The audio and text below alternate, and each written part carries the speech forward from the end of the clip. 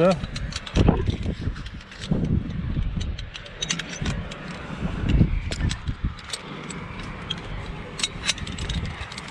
Soovid võtta need konksud ära ja siis saab 2 leemasaba ka juurde.